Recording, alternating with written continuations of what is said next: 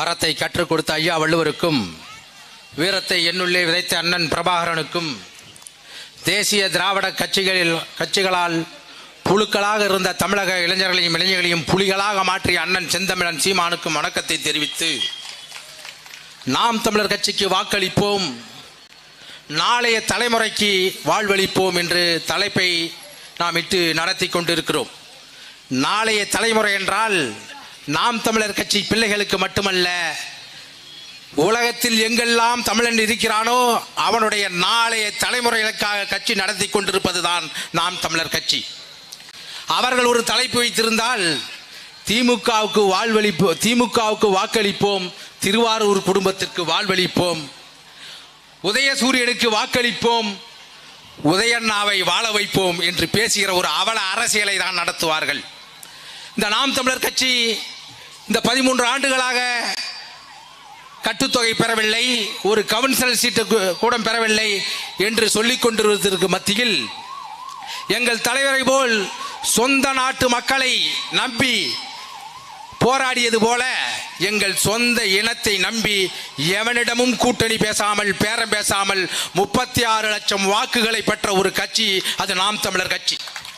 இந்த திராவிட கட்சிகள் 8 கட்சிகள் சேர்ந்து 44 விழுக்காடை பெற்றிருக்கிறது, பெருமை பீட்டிக் கொள்கிறார்கள்.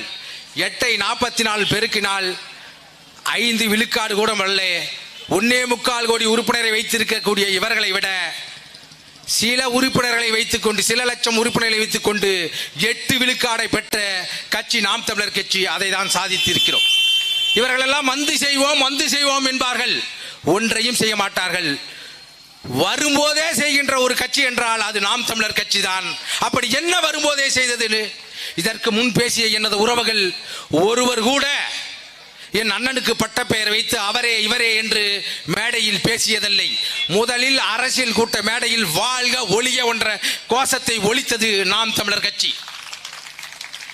இப்பொழுது கள்ளச்சாராய சாய்வு நடந்து கொண்டிருக்கிறது, அதை பலர் பேசிக் கொண்டிருந்தார்கள். நான் அதை பேசப் போவதில்லை. ஆனால் இவ்வளவு மரணம் நடந்தும் முழுமையான மதுவிலக்கு வேண்டும் என்று நாங்கள் பேசிக் கொண்டிருக்கிற போது சேலத்தில் முதன்மை மேலாளர் நர்மதாவை வைத்து ஏன் 20 விழுக்காடு சாராய வியாபாரம் குறைந்து விட்டது என்று பேசுகிறது தான் இந்த அரசு. ஆனால் இந்த நாம் தமிழர் அரசு கட்சி ஆட்சிக்கு வருவதற்கு முன்பாகவே வருகிற போதே எங்கள் மகளிர் பாசறை வைத்து கையெழுத்து வாங்கிய 500 டாஸ்மாக் கடைகளை மூடி இருக்கிறது, எந்த அதிகாரமும் இல்லாமல். இந்த திராவிட கட்சிகளும் தேசிய கட்சிகளும் கோடி உள்ளவனும் லட்சம் உள்ளவனும் தான் தேர்தல் நிற்க முடியும் என்ற சூழ்நிலையில் கொள்கை உள்ளவனும் லட்சியம் உள்ளவனும் தேர்தல் நிற்க முடியும் என்ற நிலையை உருவாக்கியது நாம் தமிழர் கட்சி. இவர்களெல்லாம் 8 வழிச்சாலையை அம்பானிக்கு அதானியிடம் பணத்தை பெற்றுக்கொண்டு 8 வழிச்சாலை அமைக்க வேண்டும் என்கிற போது எந்த அதிகாரத்தில் இல்லாத நாம் தமிழர் கட்சி தான் 8 வழிச்சாலைக்கு போராடி என் அண்ணன் சிறை சென்று அதை தடுத்து நிறுத்தியது நாம் தமிழர் கட்சி. அதான் சொல்றோம், நாங்கள் வரும்போதே செய்வோங்கிறோம்.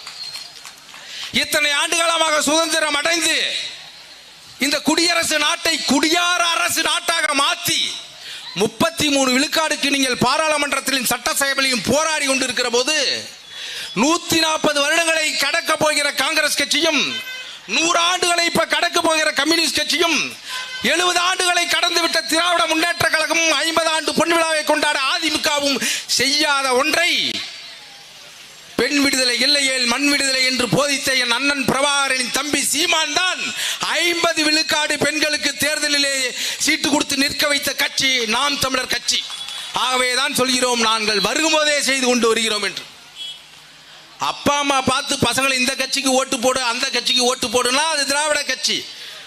பையன் மைக்குக்கு போடுன்னு சொன்னா அது நாம் தமிழர் கட்சி. அதான் இந்த நிலைமை, அதை தான் உருவாக்கி இருக்க நாம் தமிழர் கட்சி. ஆகவே எனது உறவுகள், நீங்கள் நீட்டுக்கு எதிராக இருக்கிறீர்களா? நீங்கள் வாக்களிக்க வேண்டிய சின்னம் மைக். கள்ளச்சாராயத்துக்கு விசச்சாராயத்துக்கு எதிர்க்காக இருக்கிறீர்களா? நீங்கள் வாக்களிக்க வேண்டிய சின்னம் மைக். கட்டணமில்லாத கல்வி வேண்டும், தூய குடிநீர் வேண்டும், சுகாதாரமான மருத்துவம் வேண்டும் என்று நினைக்கிறீர்களா? நீங்கள் வாக்களிக்க வேண்டிய சின்னம் மைக். ஆகவே வருகிற தேர்தலில் உங்களுக்கு வரலாறு தந்த ஒரு அரிய வாய்ப்பு.